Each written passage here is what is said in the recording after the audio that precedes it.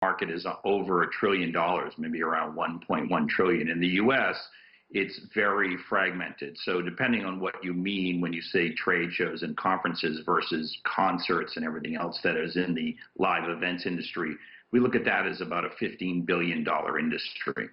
So then what sorts of events tend to make up the bread and butter when it comes to these gatherings, these industry gatherings? Sure. Everything from the typical trade show that might be hosted by an association. They happen all over North America and globally as well.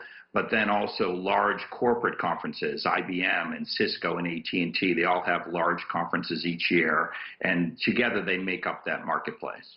So what would you say are some of the most well-known must-attend events on the annual calendar? And also, how is attendance looking for them? Sure. Well, you mentioned a few of them with South by Southwest and CES. I also think Dreamforce, that's hosted by Salesforce. Those are all in the 200,000 person range as far as attendance goes, which is quite big for a business event, although they're also well attended by consumers as well because they've grown so big.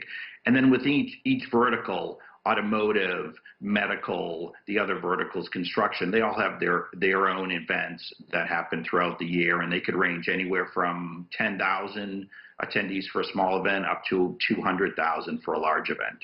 Now, having a lot of these large gatherings in town is always an economic boost for local economies. So talk about some of the other industries that are dealing with the trickle-down effect now of having fewer in-person gatherings. Absolutely. The value of the marketplace at around $15 billion doesn't really tell the whole story because for a trade show, if 10,000 people are coming to town, they're all flying there, they're all staying in hotels, they're all eating at restaurants, they're taking taxis, they're doing all the things that come along with that type that really generates a ton of economic value for local markets and other ancillary businesses. And all of that's been severely impacted by the lack of live in-person shows. And of course, you certainly feel for all the people, the staff who tend to work on these events. Talk about the effect that virtual event planning has had on traditional venues and their staffs. I mean, are they being repurposed or reassigned, or is that just not possible in a lot of cases? Some areas of the business are. So if you're on the agency side of the business, you're pivoting to digital. If you're on the manufacturing side, maybe you pivoted to making PPE or doing some essential services, building out convention center with hospital facilities and things like that. The staff at the hotels, the convention centers, it's been much more difficult for them. So there's been certainly a lot of furloughing and laying off. It's really hard to repurpose that staff because that's their core business. They don't offer any other service as it relates to conferences, trade shows, hosting, and all of that. And I want to talk now about the attendees, because without the ability to network in person or perhaps enjoy some of the more social aspects of eating and drinking at these events, what are companies doing then to make their virtual format a really great experience?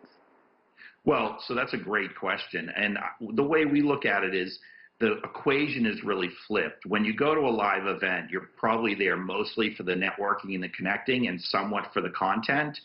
Online, it's completely the opposite. You're really there for the content, and the networking and the engagement peer-to-peer or face-to-face is very difficult to generate. There's a lot of different things to do. They do one-on-one Zoom calls, they do webinars, they do open meetings, brainstorms. You can do all of those things virtually at a digital meeting or a virtual meeting, but they don't generate quite the same value or experience as they do live. On the other side of that, you know, we're a digital first, content first kind of culture. And so the amount of culture or the amount of content that you can generate from these meetings is actually driving a lot of the marketing we're seeing coming out of the meeting. So there's a balance there to the disadvantages and advantages to both attendees and the brands that exhibit or host these. And just quickly, looking at some of the lessons learned from China, which has started hosting in-person conventions again, what's your outlook for what it's going to take to really get the industry back on track?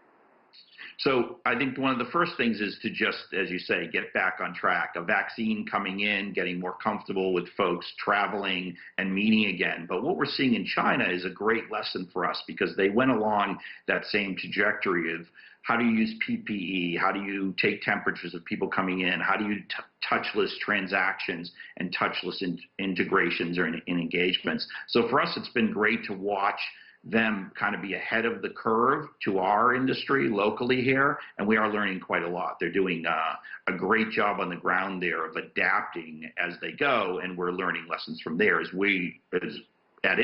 where I work, we are a global agency, and we work with our brands in China. So we're on the ground there learning, and there's been some great lessons. All right. Well, we appreciate your insights. John Capano there.